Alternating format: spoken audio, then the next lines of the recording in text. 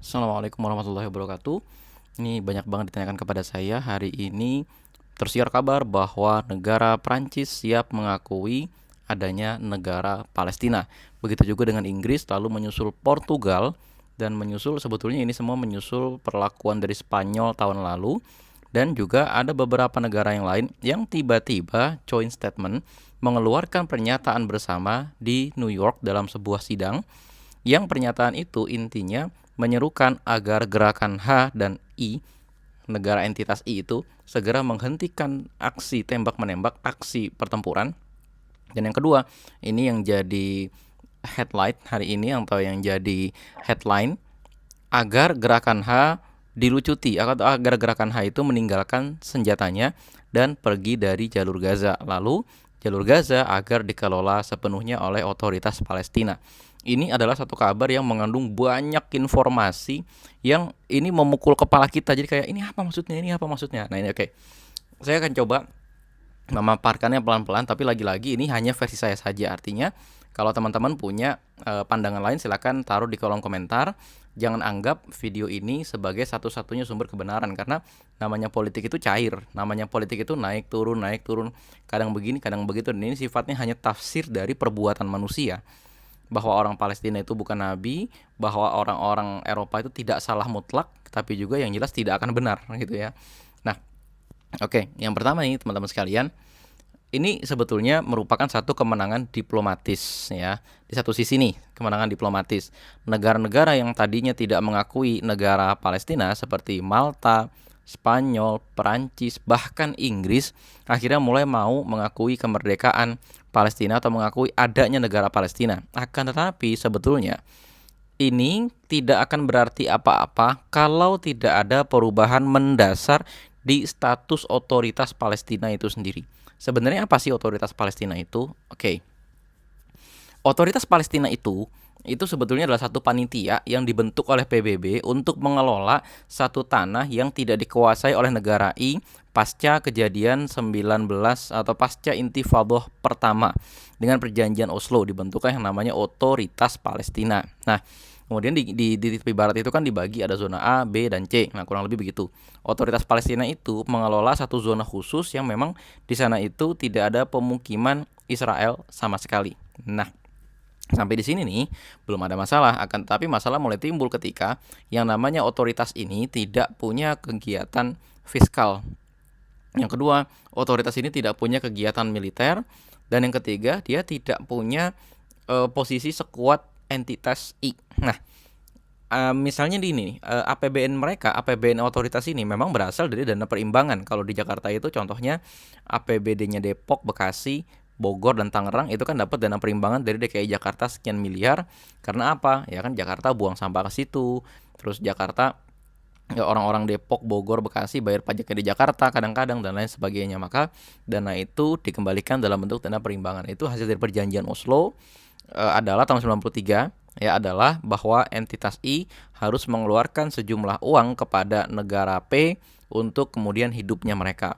Itulah kemudian buat bayar PNS, kemudian buat perbaikan jalan, kemudian buat bikin sekolah apa dan lain sebagainya. Termasuk nanti dari negara P ini di sebagian dialokasikan untuk provinsi yang namanya Gaza atau wilayah Gaza. Kan wilayah Gaza itu ada provinsi Gaza Utara, provinsi Kota Gaza, kemudian provinsi Deir al-Balah, provinsi Khan Yunis, kemudian provinsi Rafah. Nah, di 5 provinsi ini dana-dana itulah berasal, dan kemudian ini dipelintir oleh Benyamin Netanyahu. Dia mengatakan, wah kami ini sama saja membiayai gerakan H. Maksudnya itu melalui dana perimbangan tadi, bukan berarti negara I itu langsung ngasih duit ke gerakan H gitu ya untuk apa namanya menghidupi, bikin senjata apa dan sebagainya, nggak gitu. Cuman orang-orang bodoh kan nggak ngerti ya, nggak ngerti politik, nggak ngerti sejarah Palestina. Dia asal jeplak aja atau menerima omongannya Benyamin Netanyahu itu, ya jadi buzzer penjajah gratisan lah gitu ya. Nah, tapi gini teman-teman sekalian, yang pertama itu yang harus kita ketahui. Berarti yang kedua ini pengakuan terhadap negara P, pengakuan terhadap kita, saudara kita ini tidak akan ada maknanya kalau status otoritas Palestina tidak dinaikkan. Tidak punya militer sendiri, tidak punya sistem keuangan sendiri, dan juga tidak punya perbatasan selain dari wilayah negara I. Nah, Ini mungkin nggak populer atau mungkin teman-teman agak berkerut dengarnya. Tapi hari ini masalahnya yang beneran bentuknya negara itu adalah I, bukan P, gitu loh. Yang beneran bentuknya negara, punya mata uang, punya militer itu ya I, bukan P. Karena itu hasil dari perjanjian Oslo, masalahnya begitu. Nah, makanya sekarang kalau tidak ada kenaikan status atau tidak ada kenaikan esensi dari negara Palestina itu sendiri, itu bullshit sebetulnya, itu percuma. Saya nggak mengatakan itu sih, nggak akan, tapi ini hanya akan sama saja sebagaimana pengakuan Indonesia terhadap negara Palestina, pengakuan Malaysia, pengakuan Arab Saudi dan lain sebagainya tidak akan kuat lagi. Tapi ya bagusnya adalah berarti di masa depan Inggris, Prancis, Portugal, Spanyol, Malta dan lain sebagainya itu bisa menjadi negara perantara dialog apabila terjadi pertempuran lagi atau apabila ada dana-dana dari PBB yang bisa diturunkan untuk membangun ulang wilayah tepi barat dan wilayah Gaza. Nah, ini juga merupakan implementasi langsung dari two state solution. Nah, artinya sekarang Inggris, Prancis, Jerman juga gitu ya, dan kemudian Malta ini semuanya sudah mengadopsi two state solution. Berarti ada di satu sisi ada presiden Palestina, di satu sisi nanti ada presiden entitas I atau perdana menteri ya, dan ini kemudian berdiri secara setara, akan tetapi secara hakikat negaranya ini negara P itu sebetulnya nggak ada gitu loh. Jadi secara kegiatan kenegaraan tidak cukup dikatakan sebagai negara gitu loh, negara P itu. Makanya kegiatan militernya digantikan oleh para militer seperti Gerakan H, Brigade Syuhada Al-Aqsa dan lain-lain sebagainya. Nah, itu yang kedua yang harus kita ketahui. Tapi kemudian ini meninggalkan sejumlah pertanyaan. Pertama, mengapa ini kemudian mengandung pernyataan negara-negara tadi juga disertai dengan anjuran atau kewajiban bagi Gerakan H untuk meninggalkan senjatanya. Nah, ini makanya saya bilang ini jebakan sebetulnya gitu loh.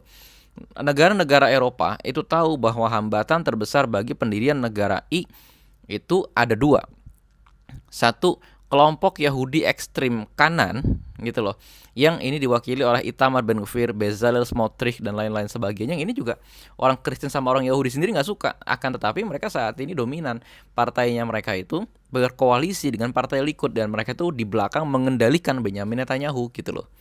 Inilah mereka yang selalu mengadakan penyerbuan ke Masjidil Aqsa dan lain-lain sebagainya. Nah, yang kedua, hambatan kedua adalah Gerakan H yang selalu melakukan perlawanan kepada negara I. Meskipun memang kita tahu kalau teman-teman ngikutin tulisan saya di buku Tufan Al-Aqsa, itu semua terjadi akibat negara I atau entitas I melanggar gencatan senjata.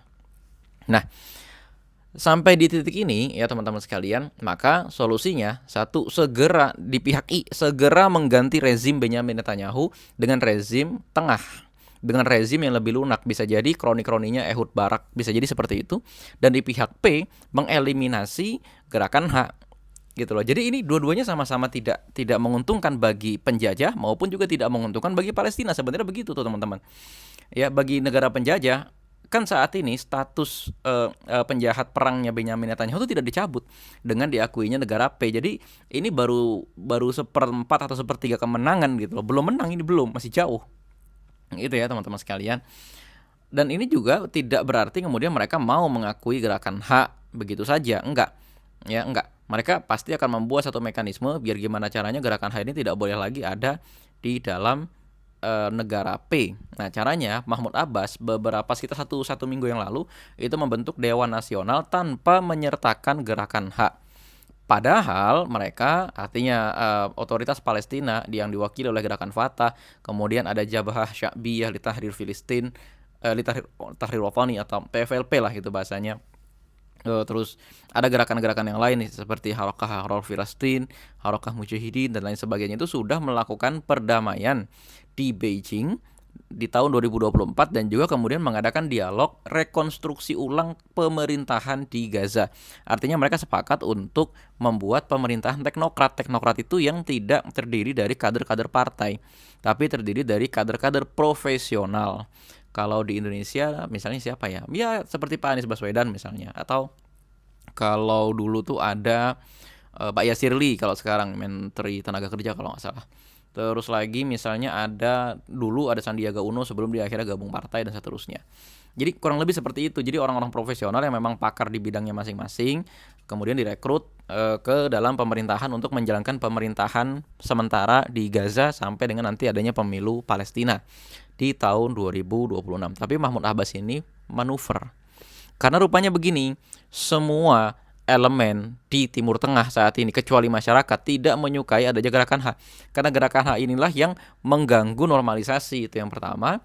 Lalu yang kedua, gerakan HAK itu memancing Amerika Serikat untuk melindungi sekutunya yang namanya negara itu. Dengan cara apa? Dengan cara memberikan tekanan-tekanan ekonomi, tekanan militer, dan lain-lain sebagainya kepada negara-negara yang ada di kawasan Teluk maupun di kawasan Syam atau di kawasan Timur Tengah. Nah, ini kemudian menyebabkan negara-negara ini jadi jengkel gitu loh. Jadi jengkel.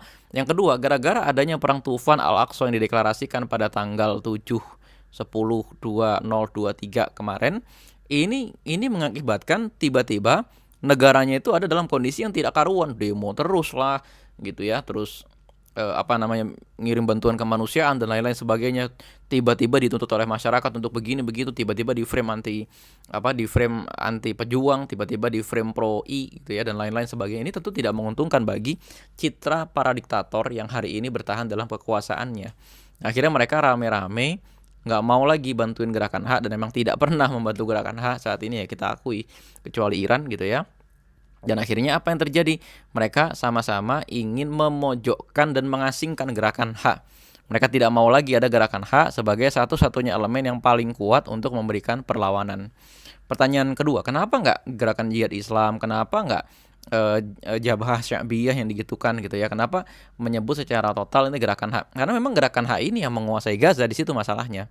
Faksi-faksi yang lain itu akan mengikuti saja. Artinya kalau tidak ada elemen perlawanan, ya sudah selesai mereka. Akan tetapi ini nanti posisinya ada atau tidak ada gerakan HAK, pasti rakyat Palestina akan tetap melawan, karena poinnya bukan terletak pada gerakan HAK mengajak orang Palestina untuk berjuang, bukan, tapi poinnya adalah orang Palestina sendiri merasa dijajah dan ditindas. Di tepi barat itu kan gerakan HAK tidak berkuasa. Nah, akan tetapi yang terjadi misalnya untuk hari ini saja, ada sekitar 1 blok rumah di Tanah Suci Al-Quds yang dihancurkan oleh penjajah. Kemudian di daerah Tulkarm itu sekitar 2 kelurahan diratakan dengan tanah karena perang yang berkepanjangan. Dan ini orang-orang Tulkarm tidak bisa melawan. Dan orang-orang yang ada di kawasan tepi barat itu untuk berpindah dari satu kota ke kota yang lain yang ada di tepi barat, mereka harus melewati checkpoint. Saya sudah buktikan sendiri kemarin ketika saya pindah dari Ariha, kemudian ke Tanah Suci Al-Quds, kemudian ke Bethlehem, kemudian ke Jericho, kemudian ke Al-Khalil di Hebron sana, kemudian kita ke utara. Itu semua harus lewat checkpointnya negara penjajah. Bayangin, kita tinggal di negeri sendiri, tapi kita diperiksa sama orang asing gitu loh. Kita diperiksa sama orang luar. Ini adalah realita yang tidak ada lagi di Gaza sejak perang tahun 2004. Artinya dari Beit Hanun ke Beit Lahia, dia mau ke Jabaliyah, dia mau ke selatan lagi ke daerah Al-Balah, dia mau dari daerah Balah itu dia mau ke Khan Yunis, dari Khan Yunis dia mau ke Rafah. Itu nggak ada yang meriksa sama sekali. Bayangin ya, sepotong Palestina kecil itu nggak ada yang meriksa sama sekali, dan itu sangat mengganggu bagi negara penjajah gitu loh. Makanya mereka itu ingin gimana caranya ini gerakan HAK disingkirkan aja dari Palestina. Dan yang menjadi persoalan sekarang, memang agak sulit ya. Saya sudah mengulangi ini di video yang kemarin. Saya katakan bahwa habis ini ketika perang selesai, ini kan negara-negara Arab dan ditambah lagi dengan negara-negara kawasan seperti Pakistan, Indonesia, Malaysia, Brunei Darussalam dan lain sebagainya sudah menyiapkan dana yang cukup besar untuk rekonstruksi ulang Gaza. Nah, yang terjadi adalah pasti ada sekelompok orang Palestina juga, pejabat-pejabat Palestina yang melihat semata-mata ini sebagai proyek pembangunan. Sama halnya seperti IKN misalnya. Oh, mau ada proyek nih IKN nih. Apa yang terjadi? Nanti akan ada sekelompok orang yang tiba-tiba mau ikut tender lah, mau ini, mau itu, dan lain sebagainya. Tapi hal ini tidak bisa mereka lakukan kalau pemerintahan yang ada di Gaza itu masih gerakan HAK. Sehingga nanti otomatis bagi dalam sudut pandang mereka nih, proyek-proyek ini akan diserahkan kepada gerakan HAK. Nanti akan ada yang bilang kan diawasi sama dunia internasional, kan nanti ada pasukan internasional yang masuk, atau nanti ada lembaga internasional di bawah pengawasan Amerika yang masuk, sehingga nanti ini tidak akan diambil oleh gerakan HAK. Ya betul, akan tetapi ini sama saja kalau nanti dibangun dengan bagus, Gaza dibangun ulang dengan indahnya, maka ini sama saja akan menjadikan nama gerakan HAK menjadi populer dan dia akan menang pemilu. Saat ini otoritas Palestina maupun gerakan Fatah dalam keadaan cemas karena popularitas mereka di tengah masyarakat Palestina itu jatuh, sehingga mereka punya kepentingan sebelum pemilu Palestina 2026 pesaing terbesar mereka yaitu Gerakan H disingkirkan. Itu yang pertama. Yang kedua, mereka memastikan uang rekonstruksi Gaza mereka yang pegang. Pegang tuh dalam arti kita nggak bilang itu korupsi, nggak, akan tetapi kanalnya ini lewat mereka. Ya, kanalnya lewat mereka. Kalau kita katakan korupsi terlalu tajam tuduhan itu, dan itu nanti panjang lagi urusannya. Artinya kita hanya mengatakan ini tampaknya akan ada semacam perebutan proyek. Ya. Lalu yang kedua, apa dampak pengakuan dari negara-negara Eropa tadi? Saya mengapresiasi aktivis-aktivis di barat sana yang memperjuangkan negara Palestina. Akan tetapi saya jadi berpikir konsekuensinya jadinya begini. Ini akan mempermudah migrasi atau pengusiran orang-orang Palestina dari negara Palestina, dari kawasan Gaza maupun tepi barat ke negara-negara Eropa ataupun negara Amerika dan Afrika. Mengapa? Karena tadinya paspor mereka, paspor Palestina tidak direcognize di imigrasi. Padahal selama ini Prancis, Inggris, Spanyol, Jerman dan lain sebagainya itu banyak sekali menerima pengungsi dari Suriah, menerima pengungsi dari Lebanon, menerima pengungsi dari Afghanistan, dari Somalia juga ada diterima tuh pengungsi, kemudian dari Sudan dan lain sebagainya. Sehingga ada beberapa kota di Inggris, di Jerman juga ada katanya, saya nggak tahu kalau yang di Jerman, di Prancis jelas gitu ya. Kemudian juga ada kota di Spanyol gitu ya, yang kota-kota ini menjadi kota imigran yang katanya populasi Arab di sana lebih besar daripada populasi yang orang asli Prancis atau asli Inggris dan kemudian juga asli Spanyol di beberapa kota. Ya. Nah, maka kemudian ini di satu sisi tadi saya baca artikel di sebuah koran Inggris independent.co.uk, ada satu pakar kepalestinaan dari Inggris yang memperingatkan begini. Ini akan mempermudah rencana Donald Trump dan Benjamin Netanyahu untuk mengusir orang-orang Palestina dengan dalih ada negara-negara yang siap menampung mereka. Tapi saya rasa saat ini Inggris, Prancis maupun Spanyol tidak dalam kondisi sekuat itu untuk menampung banyak orang. Ya mungkin masing-masing negara tambah 1.000, tambah 2.000, tambah 3.000, akan tetapi jumlah ini saja sudah sangat signifikan. Atau mungkin sampai dengan 10.000 orang sebagaimana yang selama ini sudah mereka lakukan di perang Suriah kemarin ketika mereka menerima orang-orang Suriah atau ketika menerima orang-orang Lebanon. Nah, ini artinya kita harus mengamati dulu apa yang terjadi dan kita masih menunggu statement Gerakan H mengenai rencana tersebut. Ya, kita tunggu, kita lihat. Kelihatannya ini mereka sedang melakukan negosiasi di bawah meja dengan otoritas Palestina dulu. Karena saat ini kalau andai kata Gaza tidak dikuasai oleh Gerakan H, maka Gaza tidak akan lagi melawan. Mungkin Allah akan membangkitkan lagi satu gerakan pejuang untuk melawan, akan tetapi itu butuh waktu yang panjang untuk mempersiapkan masyarakat Gazanya itu sendiri. Nah, kira-kira itu teman-teman sekalian. Ini lagi-lagi sebatas analisis, bisa benar bisa salah, bukan berarti salah mutlak atau bukan bisa jadi benar mutlak. Karena ini perang masih terus berkembang.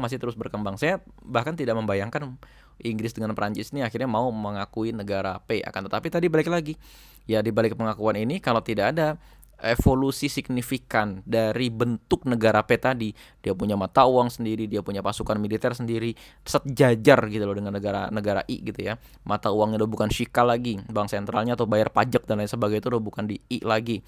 Pemukimannya tuh benar-benar terseparasi, udah tepi barat aja udah tok gitu loh. Nggak usah lagi di dalamnya tuh ada pemukiman-pemukiman seperti Ma'ale Adumim di Al-Quds dan lain sebagainya. Itu baru clear. Dan harus ada satu pasal yang mengatakan bahwa negara penjajah tidak boleh menginjakkan kaki sedikit pun di Masjidil Aqsa sebagaimana di perjanjian Oslo. Ngomong-ngomong, intifada kedua terjadi ketika Ariel Sharon di bulan September tahun 2000 menginjakkan kaki di Masjidil Aqsa. Semua masyarakat Palestina pada saat itu marah dan menyerukan intifada kedua. Nah, saat ini Itamar Ben Gvir itu udah bolak-balik, yang belum tinggal Benjamin Netanyahu. Kita lihat apa yang terjadi nanti. Assalamualaikum warahmatullahi wabarakatuh.